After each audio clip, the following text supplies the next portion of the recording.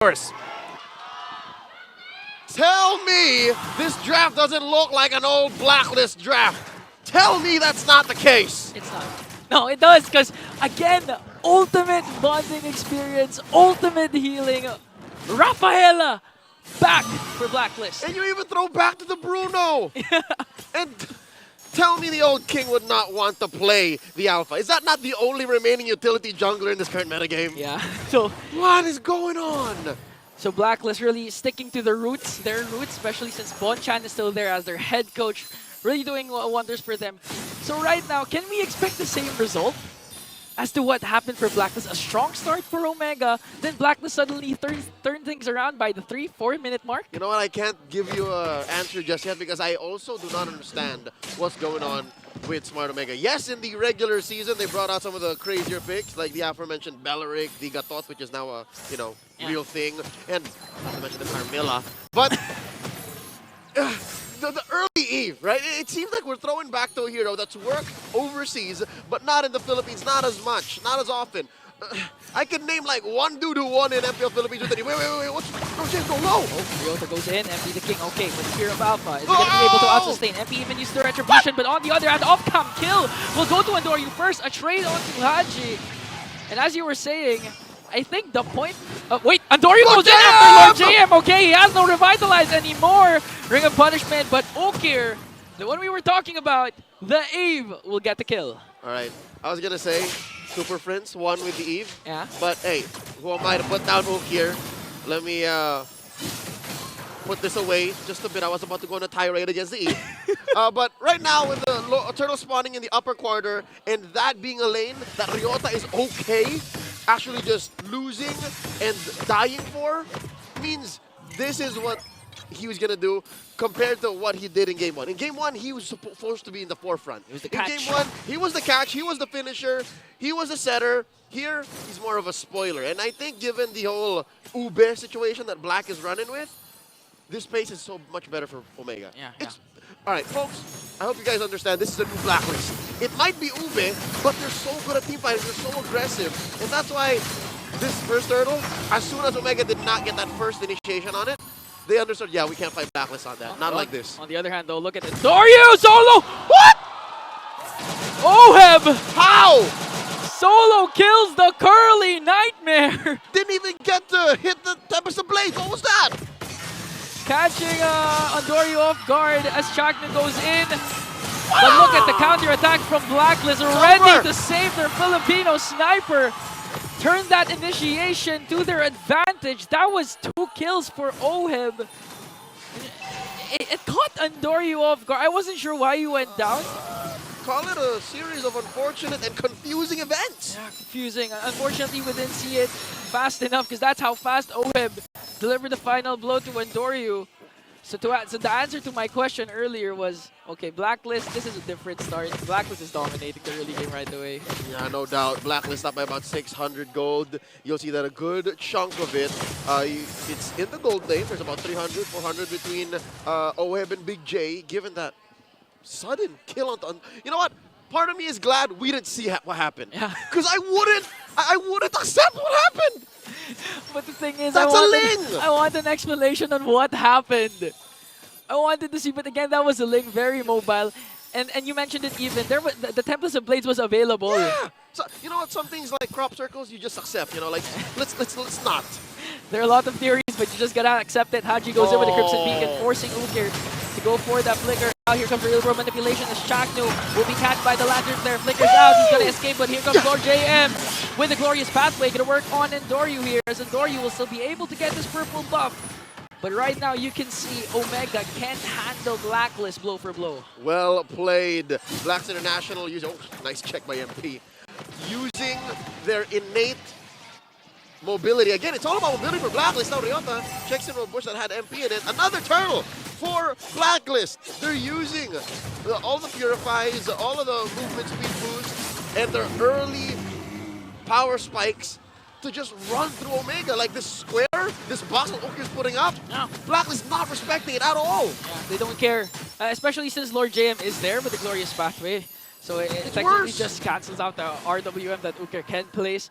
And at the same time, Haji has been performing well with the Zushin. The KDA machine, we haven't been highlighting him that much, but look at how Chakno is performing so far. He's having a hard time trying to go for those initiations because of the threat of the Lantern Flare from Haji. Even with or without a Purify. The Purify is just an extra layer that Blacklist can use aggressively. Now they're 2,000 gold ahead.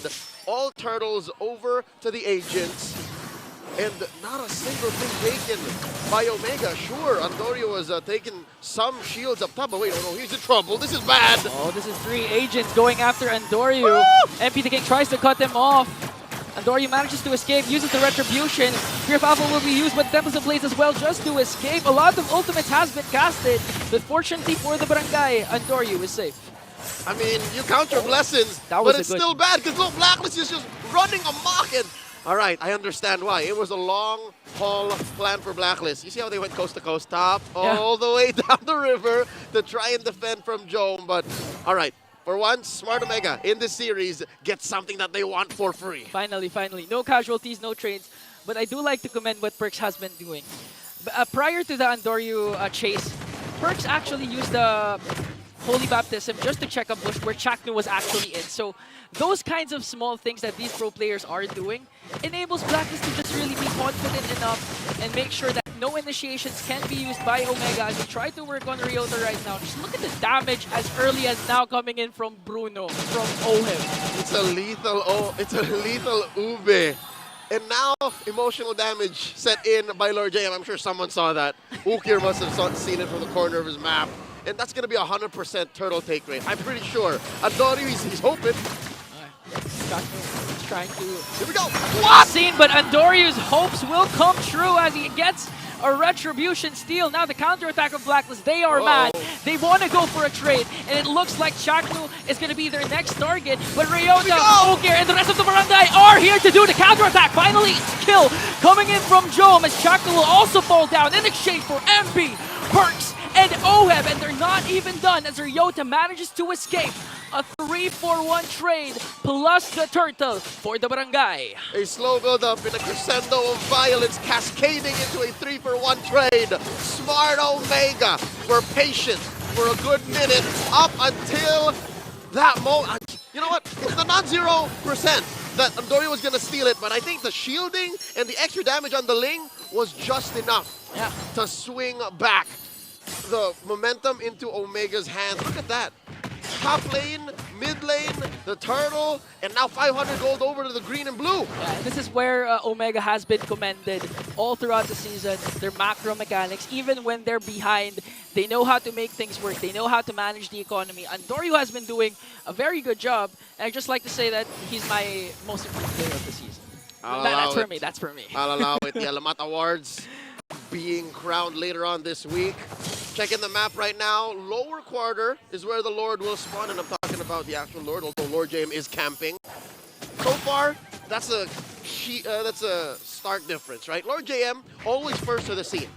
Ryota will be answering. Ryota will be like, all right, if I'm going, everybody's going. And for the first time in a while, that's a Molten Essence. Okay, so they work on the turret and down bottom just to manage the trade, but Andorio again, just look at this. Maximizing the time Omega has been giving him. He's playing the map. This is something you could not have done in game 1. And he's making up for lost time. Clear, clean push. Top lane tier 2. He's making up for what happened a while ago. I almost forgot. Yeah, never mind. And now the Lord. They're taking it at about half health. And oh, there's a big choke slam. Okay, you know that this is what Ryota is going to do. Just really try and zone out the members of the agents. And now they're forced to look for a trade. Even Everything goes in after Chakno. And look at Ryota, just with the ultimate onto Perks. He's going to fall down. But for the price of the Lord. You know what? That's a worthy trade. And Omega lost no tempo on the map. They still have a wave up top, a wave down bottom. They're going to lose a tier 1. Oh, they want to go for the clash as Joe picks up a kill. And a shutdown coming in from Haji. A 2-for-1 trade. Blacklist answers right back with 2 kills for their own, as Omega still has the luxury of having a first Lord on top. This mobile hospital draft by Blacklist, able to take kills underneath turrets. I mean, Big J was timing out the brilliance. If that was up, for sure he would have survived. But oh wait, look at this Grand Theft Orange Andoryu serving it up to Chaknu. I'm pretty sure Andoryu's gonna take it. Amazing work, 1 star. Okay, they're just really returning the favor of what Blacklist has been doing for the past 2 games, even the start of this game, as Blacklist makes quick work of this Lord. Again, Omega putting a lot of pressure onto the opposing lane. They're gonna get another turret. I'm sure with pleasure. Yeah. Because this is the first time in what, a collective 20-30 minutes that they're able to play. Yeah. Game 1, sure they got the first 2 minutes, but from there on, Blacklist kept the chokehold. Yeah, and we've exceeded the time of game number 1. It was 10:30. Already. A fast game for the ages, but right now, Omega, looking at the statistics, looking at the goal difference rather, we can see that Blacklist, in terms of gold lane, OEB's ahead. Yeah, but look at Andoryu now. 2K. About 2K ahead. That's so important, given that MP the King, despite playing a solid role in game 1, now is playing the same role, but something tells me he should have stepped on the clutch. Something tells me here he should have been a little more aggressive, laid down on the main advantage that you have as an alpha against a lane, because sure, one of the main strengths of an alpha is his ult, right? And it's low cooldown. You're able to close the gap, and you're able to get into places where other junglers couldn't have with the same amount of frequency. That, and of course, the true damage burst. Our analysts at the Infinite Team Tabayan covered this earlier on in the post-match breakdown. But now, even against Assassins, even against Andoryu, if he can somehow find Andoryu, that might be a good matchup. But so far, he's only played the Ube. He's only been walking along with the mobile hospital. How are you going to find Andoryu when, for some reason, just keeps managing to find something? That's the paradox. Yeah, exactly. So right now, Blacklist problems just keep adding and adding. And at the same time, I do like to say that Lord JM is not that activated compared to game number 1 because specifically of the high loss. Whenever he uses the high loss, it seems like it limits his micro skills. That's right. Unlike when we see him use the Arlot, the Vendettas. Which is interesting because you can see now in real time the code switching, the mental clutch that Lord JM has to play. That from game 1, he really was calling the shots. Although that was a tanky Benedetta, there was a lot of mechanics involved. Here, he's a high loss. He's an initiator. Now, Lord standing. Look at him from the back. A 3-man knockoff from Chaknu, paired up with the real move manipulation coming in from Ukir. Andoryu goes in. Perks will fall down. Kevin Blade is there. Yota quite dangerous. But they're bursting down every single agent in exchange, but they're countering it. Blacklist answers with 3 kills of their own. Lord JM MP is left. For Black and Omega, it's Ryota and Ukir. What a bloody exchange! The Lord Pit, a mass grave. 3 from Omega, 3 from Blacklist. Although MP is standing, he is a retribution holder, he's not as confident. Look at Lord JM! Oh, stun onto Ukir. Will he be able to escape the Stone Order? The Ring of Punishment Ukir! might just be enough to burst down Ukir as MP the King trying to solo kill the Lord here. Antonio's not gonna make it. A Lord scored by Blacklist! A huge turnaround for this game. That clash started off with a beautiful conceal from Chaknu from the backline, catching 3, plus real-world manipulation from Ukir. But again, the Ube strat, the sustain, the heals from Perks, the revitalize from the Blacklist was more than enough for them to recharge and get 3 kills of their own. Not all trades are made equal. The 2 remaining for Black at that moment was more valuable than those remaining for Omega, which allowed for them to get the kill, to get the zone out, to get the Lord. And now there's an enhanced one marching up top, and there's one recalling in mid. Okay. Lord JM, the clutch gene in this young man. I just literally said that this high-low pick is limiting his micro skills. I stand corrected. I'm literally standing right now. Lord JM, you continue to amaze me each and every time. You don't say that to Lord JM. He was programmed to win, and now he's gonna break the code. Whoa! Going even 1v1 up against Andoryu, trying to prevent him to go for the split push. And now Omega has to deal with his enhanced Lord up top. Here we go. Can Omega defend? They have less than ideal wave clear. Look at Andoryu in the back, forcing Haji to respond. Buy-in. So much needed time for his team to take down that Lord. The map is blue, Ingan. There's just 1 turret left for Smart Omega in the bottom lane. Well, same is true for Blacklist, but suddenly a momentum shift at 15 minutes. Yeah. This is worse. I would rather have these trades, these back and forths in early, because Smart Omega, they have to find another way to kill Oheb. Yeah. I think that was the mistake that led them to that bad exchange. Oheb survived for too long. Plus the Purify, the presence of the Purify, even if Shaknu continues to find good, Jeet Kundu, not even just the Way of the Dragon, Jeet Kundu, the Way of the Dragon really needs to connect onto the proper target. Yeah. This time it's Oheb. Because once Oheb is out of the picture, where are you going to expect the damage coming from Blacklist? Yep. I mean, sure, it could come from MP the King, but that's... But he's kind of a utility now. That's DOT. Yeah. It's damage over time, and it's more of a punish when you get hurt by an alpha.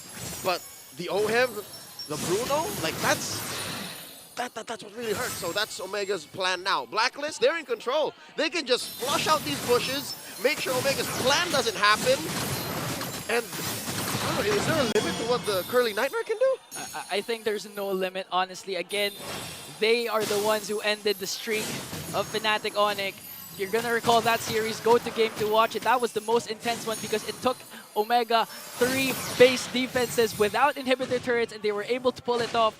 So this looks like Omega still can produce a comeback up against Blacklist. They still have 2 inhibitor turrets. The presence of Andoryu with the Ling, they're able to create split pushes and eventually force a reaction from Blacklist for this Lord fight.